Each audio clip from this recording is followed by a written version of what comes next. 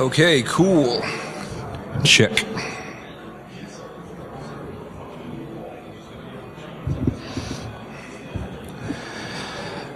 All right. How you guys doing today?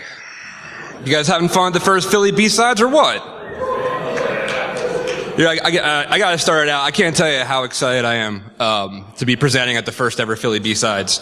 I started my career here in Philly, both in IT and security, so to be a part of an event like this is really pretty awesome.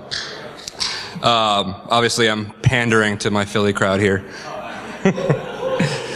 I haven't followed the roster for a long time, but I go back to like Curse and Westbrook and all those guys, so a little bit ago. So who the hell am I? Well, my name's Danny Akacki, and at Akacki on Twitter. Also important to note that I didn't write this alone. I wrote it with Jackie Stokes and Stephen Hink. You guys can find them respectively at Find Evil and Stephen Hink. What do? I hunt stuff. I've hunted stuff at a bunch of different places. Right now I work for a company who either doesn't want to be named or doesn't want to be associated with me, so I don't put it in. I don't blame them, any club that I'm a member of. Worked at Mandiant actually a couple times, and GE for a little bit down in New Orleans.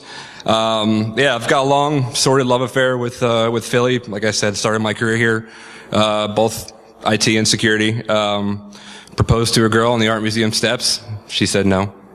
So, and enthusiastic, awkward hugger, as you can see in there too. So I can also show you on the PA Turnpike where I tossed the ring off the bridge. So there's that. But I love this city, and I'm really happy to be here to talk about hunting. So let's get to it. What's the problem set? We want to find evil, or we want to find ways for evil to do evil things, right? It's not all about sexy APT, Russia, China, whatever. Hunting's about a lot more than that, and it's about ways that your environment is going to be vulnerable in ways that you really even haven't thought of or aren't paying attention to. And the end goal of all this is to build a program and mature it, where it can complement your capabilities of monitoring and detection. So it's not just a one-off thing. This has to be a constant feedback loop, right? And it's something that never stops, but it has to feed into all other aspects of your security program. So, what have we done so far, and what are we trying to do now? So pretty much what we've done so far that I've noticed, when I was at Mandiant, as a consultant, see a lot of different environments, and it's been just kind of trying to throw a tool at the problem, right? And that's not going to work anymore. It hasn't worked for a long time. The central theme really has to be people, process, and technology, with the emphasis on people, with the emphasis on the hands behind the keyboard, because, and inevitably, your tools are going to fall down. Your tool of choice will fall down at some point, and you're going to have to pivot to something else. Even me, I've fully admitted, I've been heavily dependent on a single tool when I was at Mandiant. It's their product called a threat analytics platform. And now that I'm not there, I have to pivot to something else. So this is really what it's all about. It's not tools. It's definitely not alerts. Alerts are important, and alerts are an important part of triage. And it's not necessarily about the automation, although it's a set of methodologies that's going to bleed into all three of those. And for analyzing large data sets in search of instance, and to add context to your future detections, right? So you can go back, look at your after action, look at your lessons learned, and feed it in that way. This whole presentation is going to be a B, and C of, hey, how do I hunt? How do I do A, B, C, and D?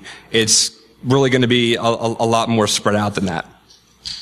And this is to build a use case to when thinking about spinning up your programs and your processes. Hunting as a methodology.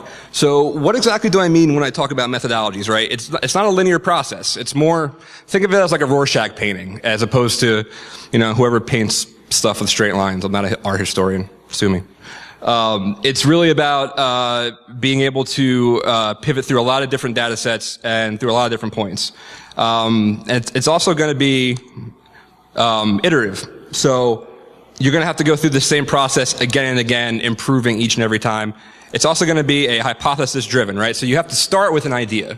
Whether that's something like, I want to look for, large outbound data transfers, right? You have to start with at least a kernel of an idea. And what we kind of centered this presentation on was,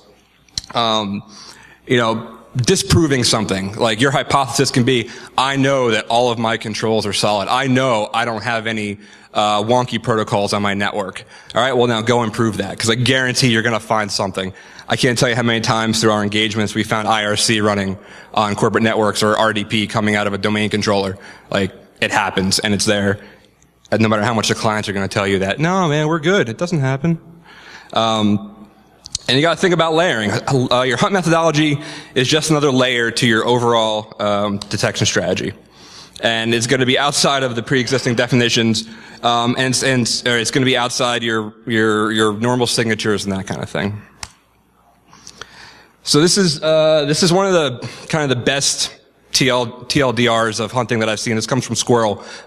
Show of hands, people familiar with Squirrel? There you go. A few of you. If you aren't, I highly recommend going out to the Squirrel blog. They're doing some really great things on hunting, analytics, machine learning. That's stuff still over my head, but they've got a great blog, so I definitely recommend going to that. So you start with your hypothesis, right? You want to attempt to debunk your assumptions about your environment.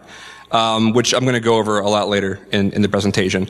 So you start with an idea. You start with, just really anything. And if you're a small org, you can think a little bit smaller. I want to look at, like I said, bad protocols going across your network, shitty controls. I think my proxy is configured properly, right? I'm going to see true destination on everything. And then you really go look at the logs, and all you see is like, hey, maybe my sensors aren't really placed in the right place, because I see true destination. I don't see true source. So that's something that's going to be revealed through this.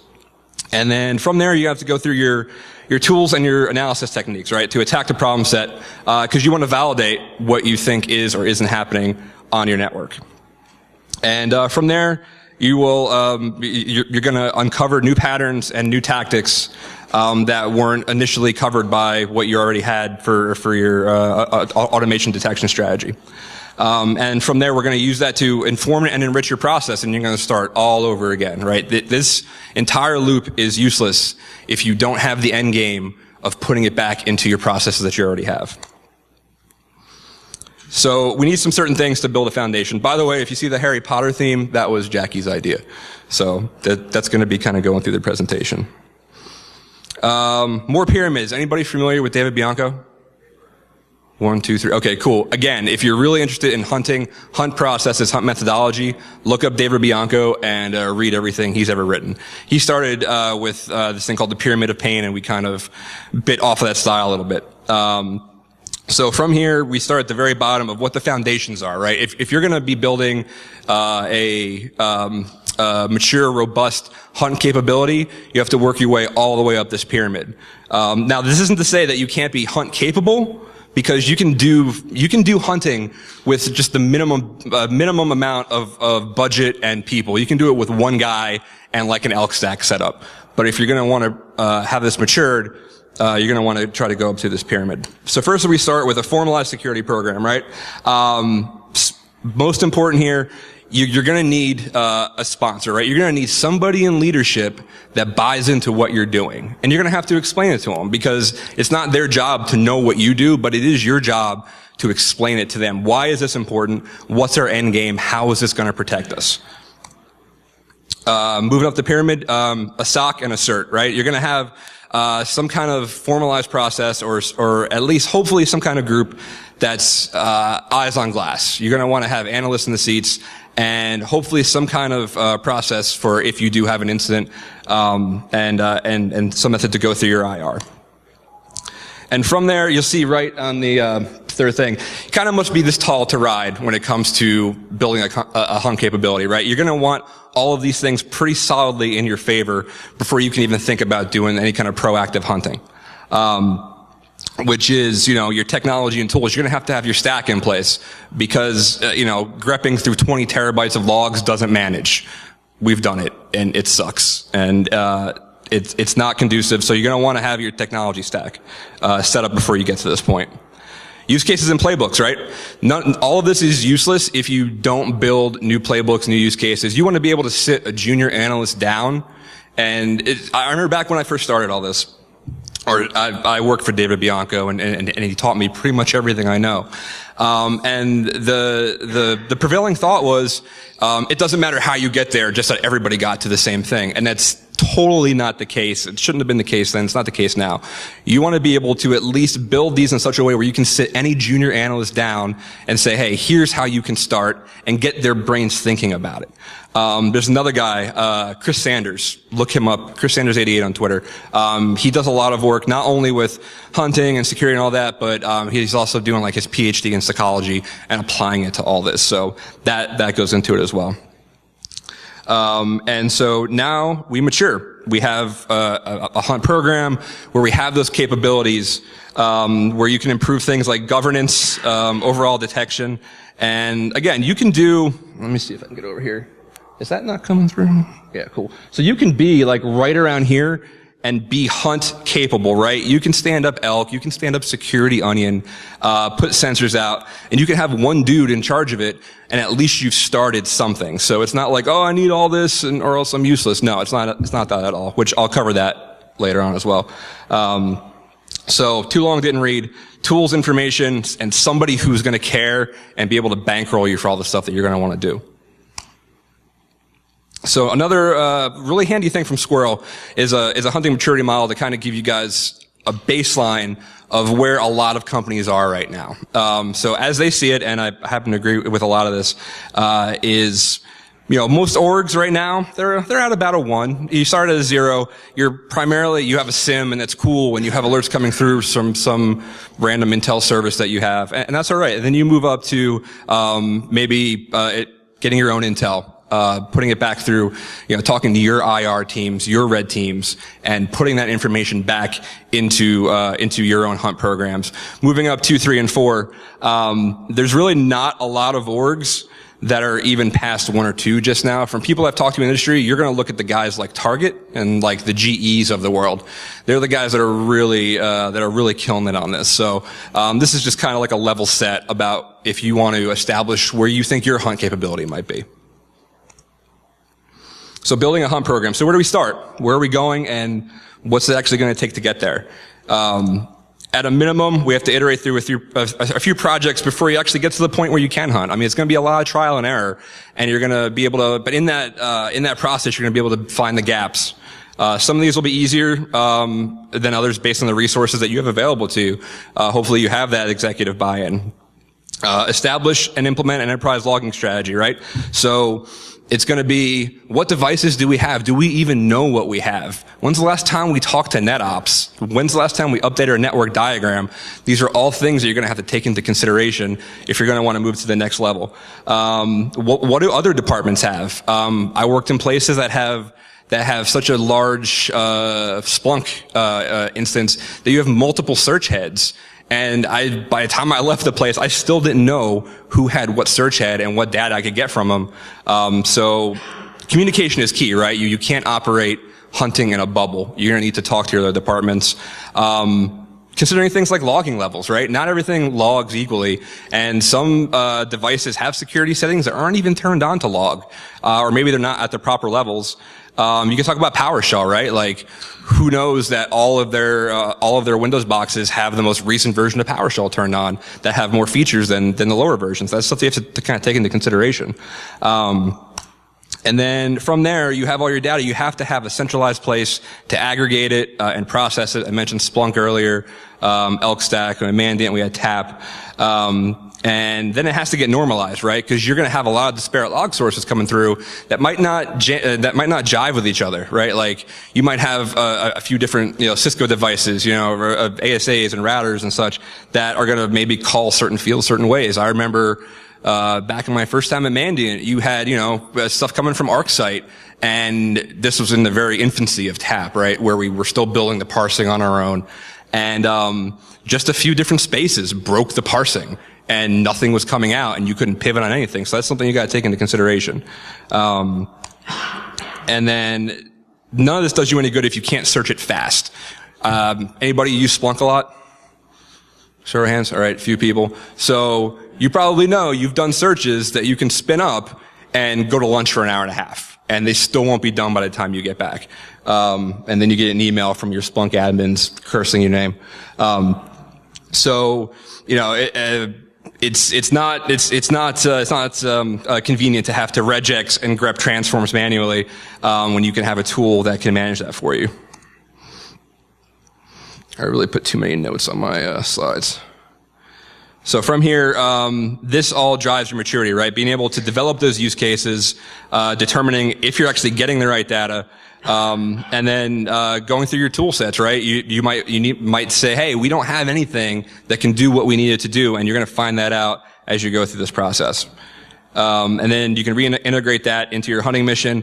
And then from this, the most important thing you're gonna get from this is metrics, right? Because at a certain point, you have to answer to somebody, and somebody's gonna be like, hey, why are you concentrating on this when you could have been doing this? And the sad thing is you're gonna have to go to them and say, hey, everything is working great. We have 300% more incidents, and they're going to look at you like you're an idiot. But that's a good thing, because you're going to find more things, but your time to detect is going to go down. So that's going to be a really important part of that. It's going to be a total team effort, right? You're going to have to communicate with your IR team, your SOC, and your CERT, and it's not always, there's politics involved, right? So you're going to have to navigate that, but communication is really, really key. And so just to kind of visualize how this process should go, when you're hunting, you're going to find really kind of one of two forms of data.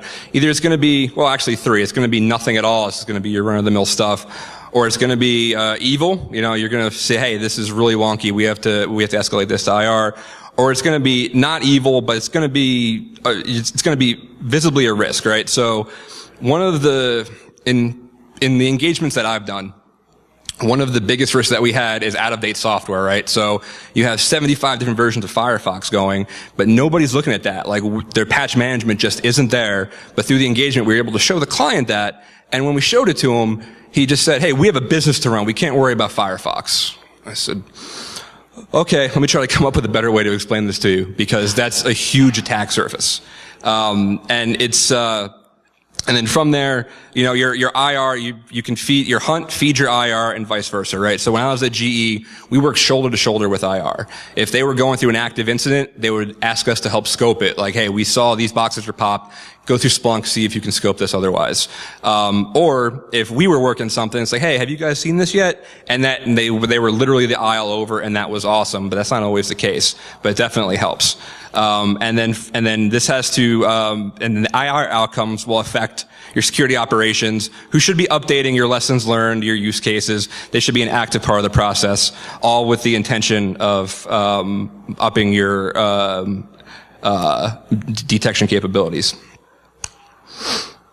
So use cases, I've talked a lot about them so far.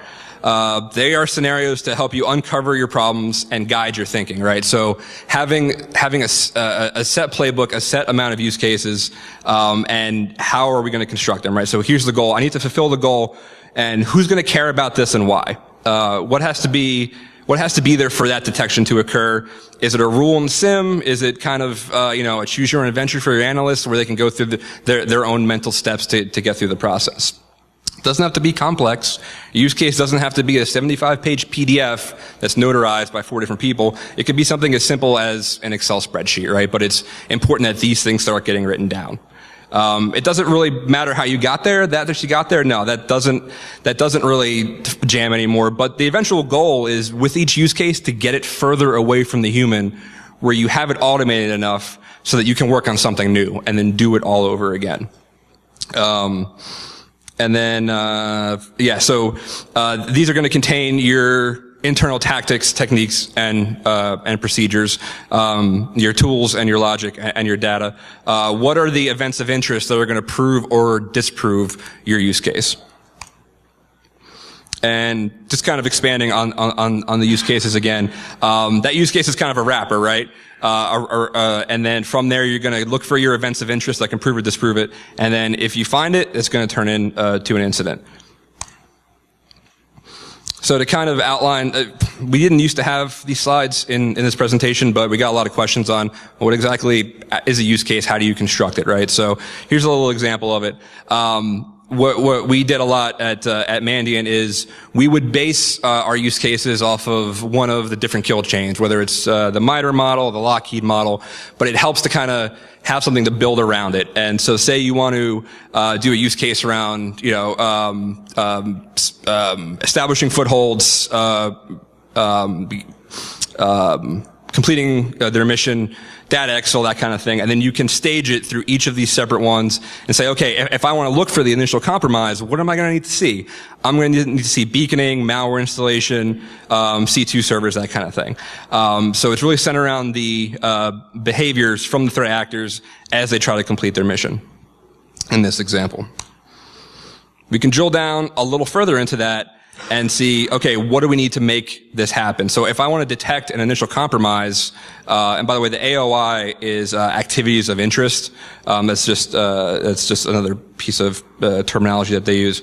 So you can do this by doing a design tree and tools that can help you identify where your gaps exist. If I want to detect this and I want to detect, beaconing and tools in C2, okay, do I have NetFlow? Because not everybody has full PCAP for 6 months, and NetFlow can be very, very valuable. Do you have AV logs even coming in? How's your SIM configured? And all those different kinds of things to help build those individual use cases. So for the outcomes, what do we think that we want to accomplish here? And what are you going to have to tell your management when you sit down in your meetings, right? The most important thing, and I really want you to remember this, there is no such thing as a failed hunt, right? Nothing is still something. It's not about swinging for the fences. I mentioned that earlier. A lot of people want the sexiest thing possible so that they can justify their existence, but it's not always about that. So if you go to the no detection, it's either, hey, you're clean, or you're just not being effective enough. So you have to seek to prove or disprove that. And if it's non-malicious, you're looking at things like policy violations, out-of-date software, compliance issues. I can't tell you how many times I just saw, gigs and gigs of data going out or coming in of people just downloading movies onto servers. Like, it happens. It sounds stupid and it shouldn't happen, but it has been there. Two, hopefully, not hopefully, but if you find something malicious, then that's where your use cases and your playbooks and your communication with your other departments will come in. So those are pretty much the outcomes that you're going to hope to accomplish with this. So now that you've got your data in your lake or your reservoir or cluster of puppies, whatever you want to call it, how do we collect and process and analyze it? So this is kind of a visualization to tell you all the different places that your data can hide, and all different kinds that maybe you might not have even thought of to kind of get what you need. But just as not enough is a problem, too much is also a problem. You need the right data. So you can get things like from security, like your web proxy IDS, network. So the first three here, security, endpoint, and network, those are kind of the most popular ones, right? Those are where a lot of us always go to. And we tend not to think about data sources from IT, but that's really kind of where it should start, right? Because you need to focus your energy somewhere, because you're just going to start going down after rabbit hole after rabbit hole. What are your crown jewels? What are your critical assets? You're not going to know that, and the SOC might not even know that, but IT's going to know it. Your domain admins are probably going to know that. So that's definitely a very rich source of intel, all the way up to HR, right? We don't ever really think about that. Are you keeping track of your terminated users? Are you keeping track of what work hours that your employees should be doing? Like what if you see an admin who's usually on 9 to 5, and all of a sudden at 4 o'clock in the morning, you see them log in and then a bunch of data getting transferred. Hey, look, a RAR file. That's something you're going to want to look for. And then all the way up to, access logs for the building. Well, why is somebody coming in at, 1 o'clock in the morning when they usually don't come in till 6? That's definitely something that's, so these are all different types of, data sources that you could take into consideration.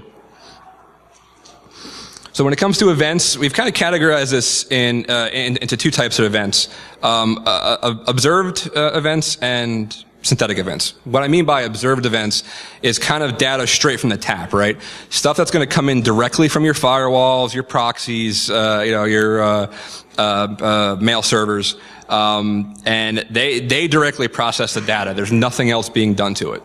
And so from here, you can kind of see an example of an observed event coming from Apache server with a bunch of the metadata in it.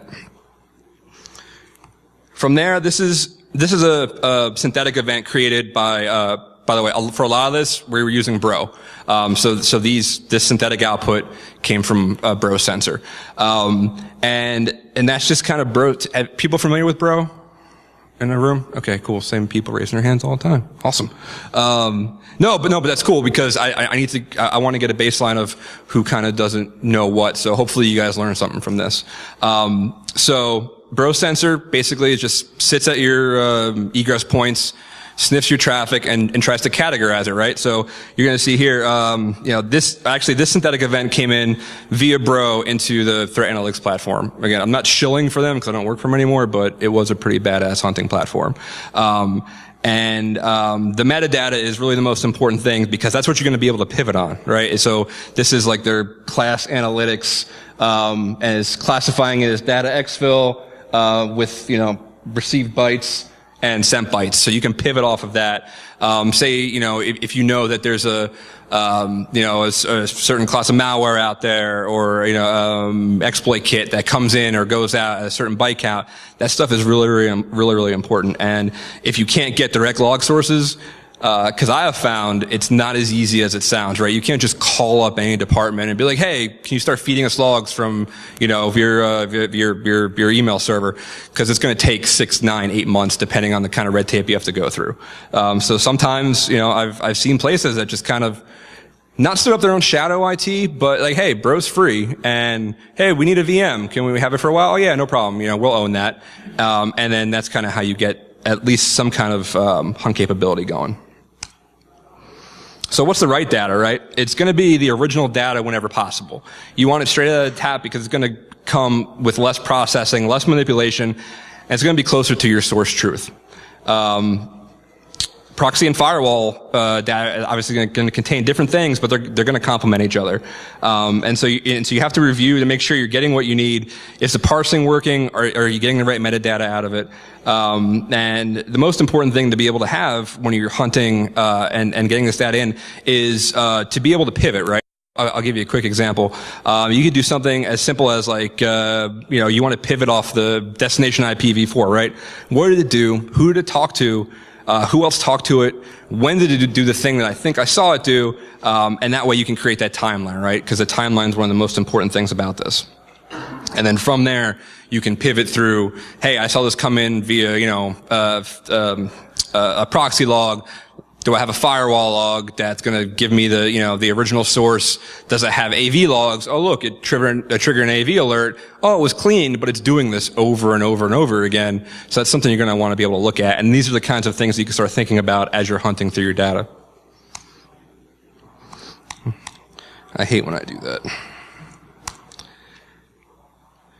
So you've got your plan, you've got your data, but, you're still not ready because you still have to learn your critical assets, develop that strategy, again, with trying to find out the different log levels, the timelining is important, and then again, I'm going to keep harping on the communication point because you're never going to think of everything. So account for other kind of use cases, right? So that it's also a way to kind of justify your existence because this is still relatively new. This whole, it is and it isn't, but in this form, hunting is still kind of a new endeavor. So in order to justify your time on it, how can you complement this with like your compliance people, your forensics guys, your IR guys? And that's really going to help your case. And then from there, you have to clean up your data set, normalize it, dedupe it, parse it. This is all work that has to go in, to everything. How are we doing on time? Good. And all this is to enrich your data set. So your data and your events are utterly useless without context, right? So say, hey, yeah, we saw this, this malicious domain a year ago, but there's no other notes in it. Why do we think it's malicious? You get this a lot with a lot of the paid intel feeds, right? Norse used to do this. They would put it's got a score of 85. We should block everything. Okay, why? It's got a score of 85. What more do you need to know? That's how it happens. So building context is really, really key. Anything from malware analysis, right? And that's kind of the more advanced part of it. Being able to pull out those domains, those C2 domains out of the malware. What kind of adjustments, that the malware might make to, reg keys and that kind of thing. Analytics, it's a sexy word. It's new. It's not perfect, but it's promising. So the best intel you're ever going to get is going to be internal. You can pay for all the feeds in the world, and I'll tell you from experience, you're never going to get anything better than what you're getting from your other departments, right? One of the give and takes that I really stress is working with your red team. It's been for a long time. Red teams and blue teams, sometimes they don't get along all that well. Or red team, they want to hold their tricks tight to the vest. And I've seen blue teams that only concentrate on finding the red team. And you say, well, okay, that's fine. You found them, but that's not how a real attacker might come at you. They're not going to mimic a nation state. Oh yeah, but we found the red team. We're gold. That's not it. But it's important, to build a good rapport with your red team.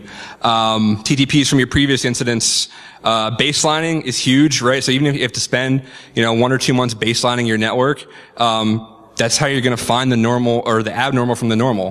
When you know what business as usual is.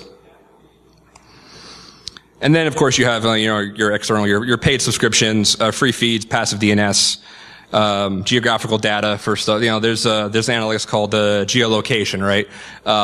Not particularly refined just yet, but if you can make it happen, if you see a login from some guy who's usually in India and all of a sudden 2 minutes later he's coming from Palo Alto, that's kind of a big red flag. So, and then of course you have your ISACs, InfraGuards, all that kind of stuff. So your tools. What are we going to yield to actually get the job done? Your criteria for your working hunt platform, something with a rapid search, preferably with an API or a GUI, because like I said, grepping in a terminal all day is just not going to manage it. Being able to stack it, right? So it might seem obvious to some of us, but if you have the ability to stack your data and then just sort it by what has happened the least, that's one of the easiest wins that you can get to find those outliers. And then you're going to want to pivot. You have to build context. You have to see the whole picture. I've worked with analysts who just said, hey, here's a Chinese IP and it's blasting all this, it's coming from China or it's coming, just saw the RU address. Okay, cool. But they're real countries too. It's real data coming in. That's just not enough, right? You have to be able to move laterally and see that whole picture.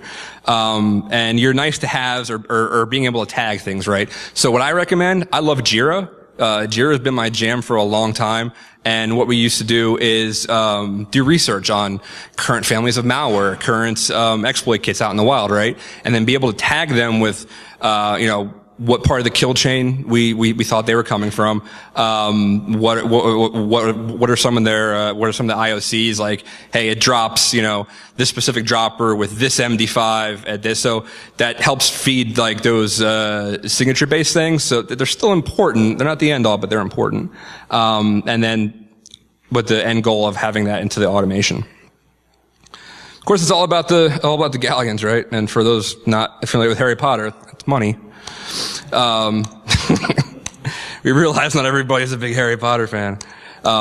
So yeah, it really is all about the budget, especially when you're going through, a big thing is, a vendor selection versus rolling your own. I've seen environments do both.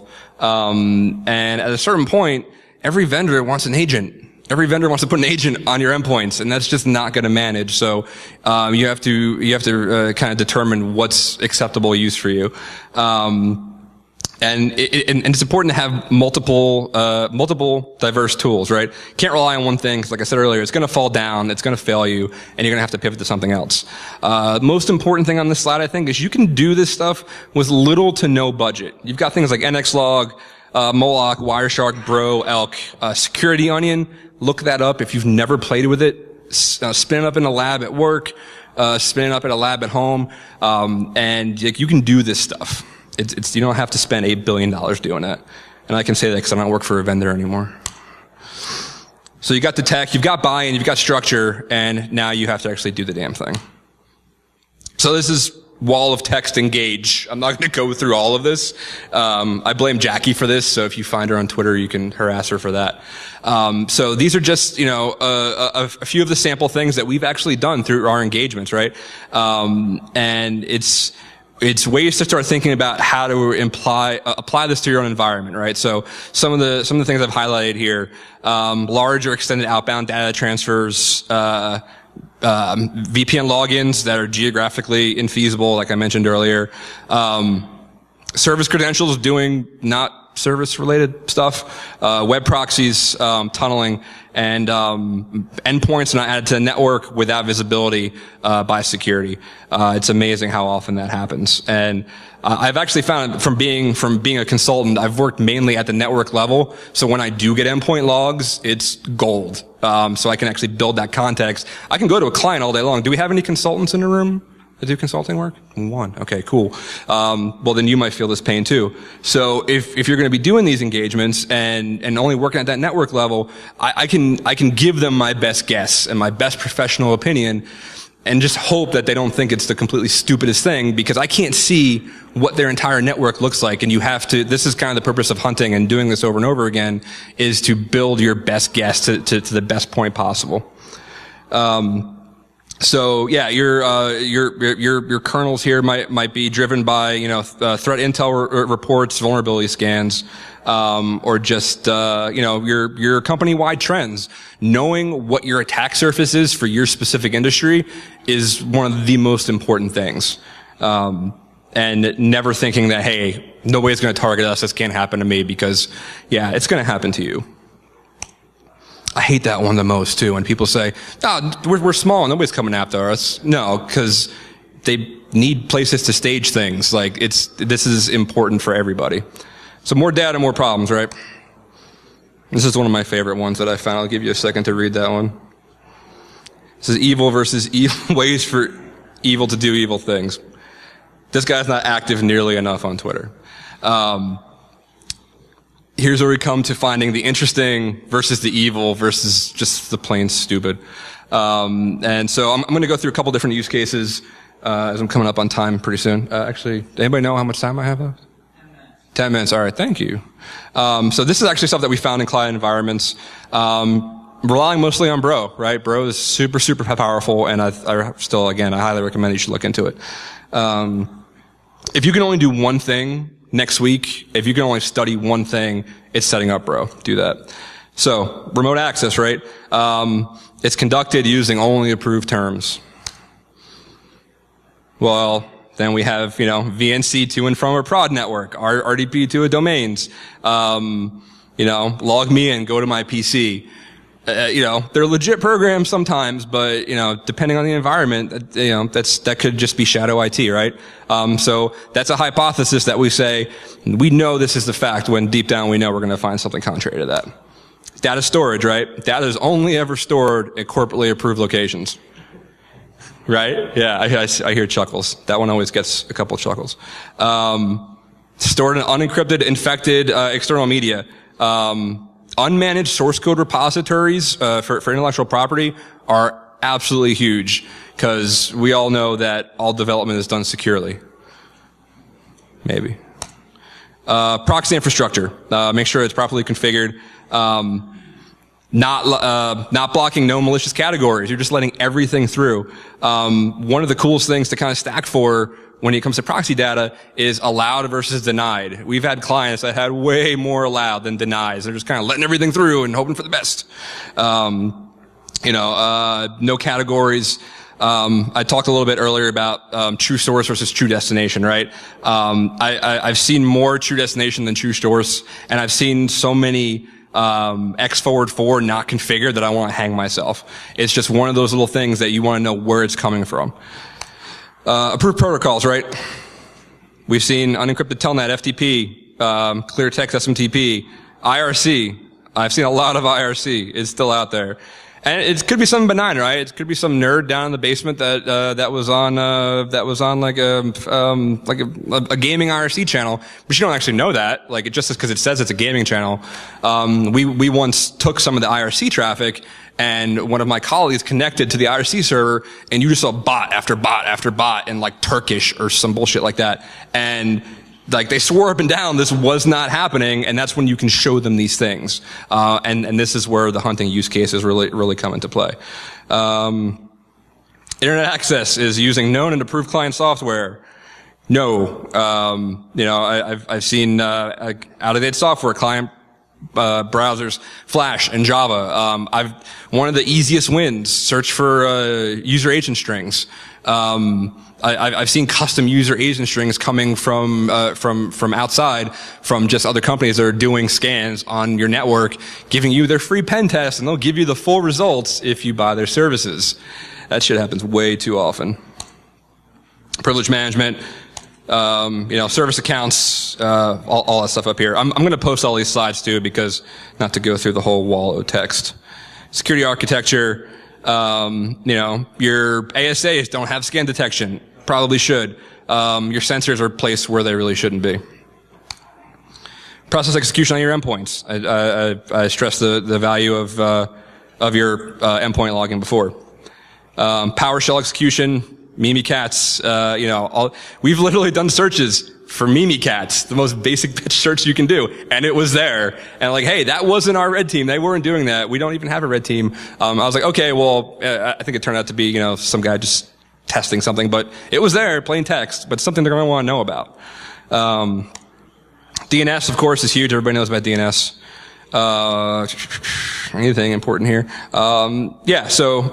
Resolutions to suspicious domains, plus random communications, C2, that kind of thing. So thinking ahead, we want to reduce the attack surface, right? We want to shift our mindsets from finding incidents to finding new ways of finding incidents. Don't bother doing this if you're not going to document it. We hate documentation. Does anybody here love writing documentation? You're lying. I know you're lying. Well, actually, you might not. You might enjoy it. Lessons learned. Loop in your IR, guys. Metrics, again, super, super important. Time to detect is going to go down, but your instance might go up. That's a really important one to kind of hammer home. So here's something we're trying to kind of get to now from that system one thinking, right? We're intuitive, we're fast, we're doing it based on our knowledge, right? Our muscle memory. And this is kind of where I talked about earlier, like, it doesn't matter how you get there, it's your experience that matters, to kind of moving toward that system two type of thinking. There's a good book, I forget the guy's name, I think it's Daniel Kahneman or something, Thinking Fast and Slow. Great book, I recommend it. And he talks a little bit about this, to being conscious, being slow and deliberate, and actually trying to apply some of that really slow thinking to what you're doing. So now for a show of hands, Jackie did this and I thought it was kind of fun. Has anybody if you've done some kind of hunting in the past, raise your hand. Cool. Keep your hand raised if your current organization has some type of hunting program in place today. Awesome. Raise your hand if your org doesn't have a program, but is thinking about one. That's the reason you're sitting in here. All right, awesome. One more question, and I hope I see some hands for this. How many of you feel like you learned something new? Yes. God, you guys make me feel good. So they're stammering like an idiot. Awesome. Thanks, guys. So just a quick couple resource slides if you guys want to take your pictures real quick, or I'll post them later. This, like I said, the TAP program is awesome. MITRE. Threathunting.net. Check that out. People are contributing to it all the time to really help you along on those use cases. Logly Security Onion.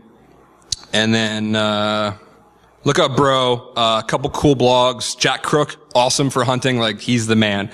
Elasticsearch. And then an article about that book I mentioned of Thinking Fast and Slow.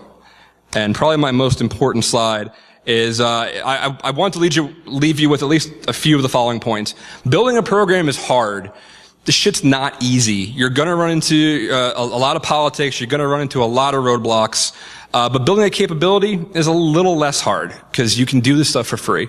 The tools and the knowledge are out there. Context is king. Silos are going to kill you. Share early, share often. It's the only way you're going to get anywhere. And not related, but kind of while you're here, meet somebody new. Talk to people. Strike up a conversation. That's what this thing is all about. I love that B-Sides is here this year. And at the same time, like, shit's weird. Be kind to one another, right? Like, everybody's having a hard time, a lot of time lately. Work is hard, life's harder. Give as many hugs as you want. Jason says it's okay. That's it.